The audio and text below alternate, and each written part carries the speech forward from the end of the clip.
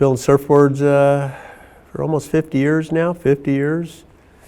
And I've been riding or building a surfboard for most of my life. Just about most of my life, you know. I started surfing probably when I was 9, 10 years old, right here at Doheny. And my grandmother used to bring me down there, and I'd surf Second Spot and Boneyard, and you know, back in 63, 64, mid-60s. I went and had my first board that I ever got on the Hobie surf team. Mickey Mignot shaped it, and I watched him shape it. And it took him a half an hour, and I thought, wow, that was the most amazing thing I've ever seen. And he had headphones on with on a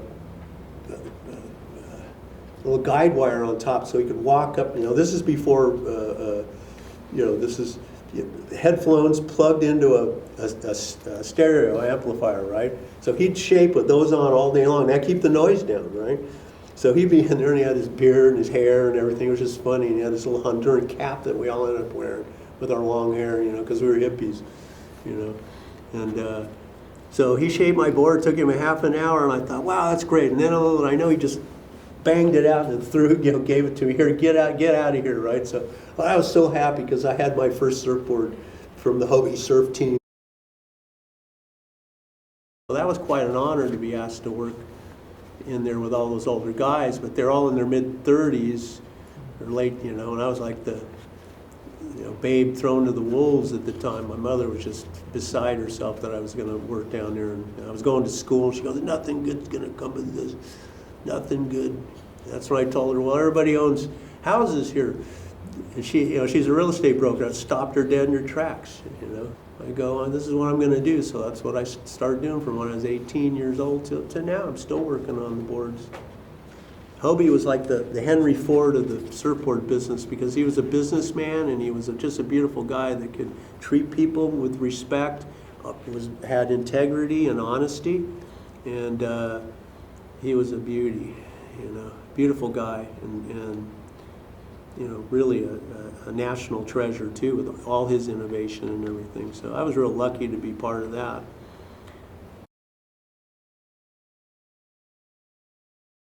Handcrafted surfboards are all made by hand, and there's the shaping process. You know, the blanks are made. Gordon Clark, if I get into that, Hobie Alter and Gordon Clark Foam, that was in this area for years. It's been closed now for about 10 years. They came up with the foam formula because they were running out of balsa wood in the late 50s. So Hobie saw that they were going to run out of, they were getting so many orders and there wasn't enough material to make the boards out of the balsa wood. And you have to glue those together, and it was real labor-intensive exercise. But they figured it out enough to where they could actually make foam blanks to where the shapers, and then that started a whole new thing because then they could mass produce them. And the boards were so bad and discolored, they were worried about the quality of the thing, so they pigmented all the boards in the early 60s, and they called them Easter eggs because they all had colors like Easter eggs, you know, that you dip in the, they were like, you know, tan and light blue, anything that you could pigment to cover, see?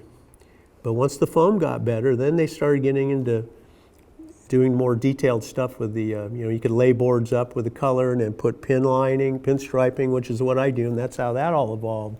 Because everybody wanted to have a better looking surfboard. You know, if a board had a cut lap, you want to put a pin line around it because it looks finished that way. And now I've come full circle. I learned at Doheny Beach when I was 9, 10 years old, surfing there before the harbor. Now I'm surfing out there with my grandson who's 10 years old, and so I've come full circle. You know, I'm 66 years old, so it's something that keeps me engaged and stoked when I'm riding. So I've hit life's lottery, and so it's been a great life, you know. And surfboards did that for me, building surfboards. So it's been a good run, and it's still going.